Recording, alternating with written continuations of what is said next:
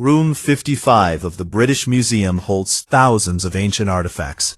Most are routine records of the ancient world, but one specific piece of clay contains an anomaly. This is the Planisphere of Nineveh. It's a disc about 14 centimeters across, small enough to fit in your hand, created in Mesopotamia around 700 BCE. The face is divided into 8 sections, completely covered in cuneiform text. Since its excavation by the archaeologist Henry Layard in the 1850s, historians have mostly categorized the tablet as standard Mesopotamian religious astrology. But reading the text reveals a problem with that categorization. The markings do not describe gods or mythology.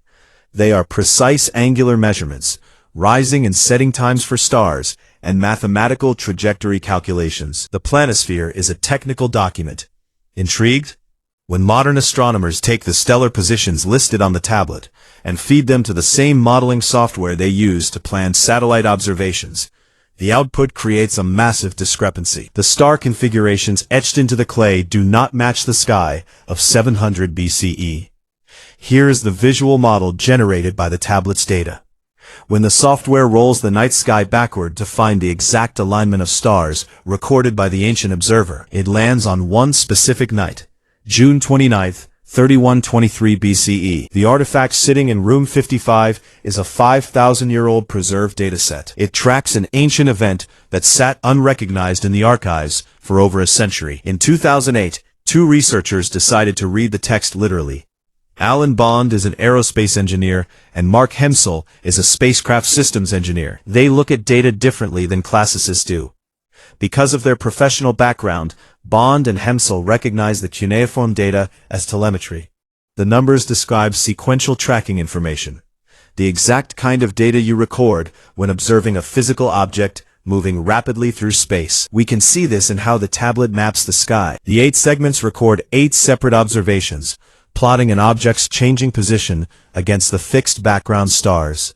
Taking those 8 points, along with numerical calculations of speed and descent angle, allows us to project the path forward. Mapping that trajectory down from the celestial grid, the engineers calculated exactly where the object was heading on the ground. By treating ancient cuneiform with the mathematical rigor of modern engineering, a piece of abstract history becomes a physical map leading directly to a crash site.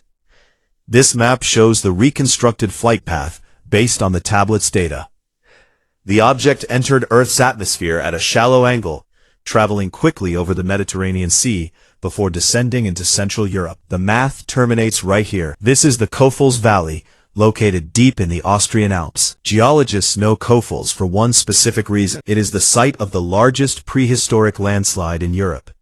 Approximately 9 cubic kilometers of solid mountain shattered and buried the valley floor. The cause of the collapse has remained a geological cold case. Normal triggers for landslides, like seismic activity, heavy groundwater saturation, or standard slope failure, lack the physical energy required to displace that volume of rock.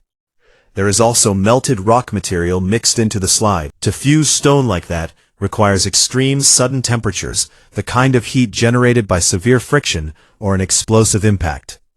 When Bond and Hensel combined the ground evidence with the tablet's telemetry, they proposed a mechanism, an airburst.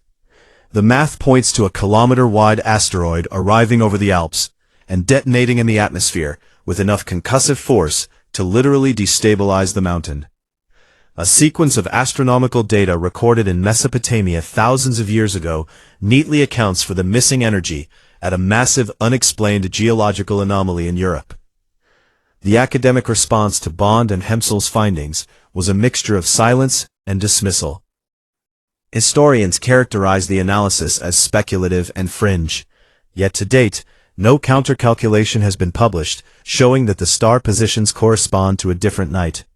The trajectory math and the software to verify it are completely accessible, but no alternative analysis has proven their numbers wrong. To understand why this dataset exists at all, you have to look at the massive physical effort required to preserve it here. The library of King Ashurbanipal was assembled with enormous labor. Scribes were dispatched across the known world to copy down only the most vital, significant knowledge of the era. Every mark took time. A solitary observer in 3123 BCE watched a massive object cross the night sky and precisely recorded its path. That event was profound enough that the data was treated as invaluable, meticulously copied, and protected across 2,400 years of civilization.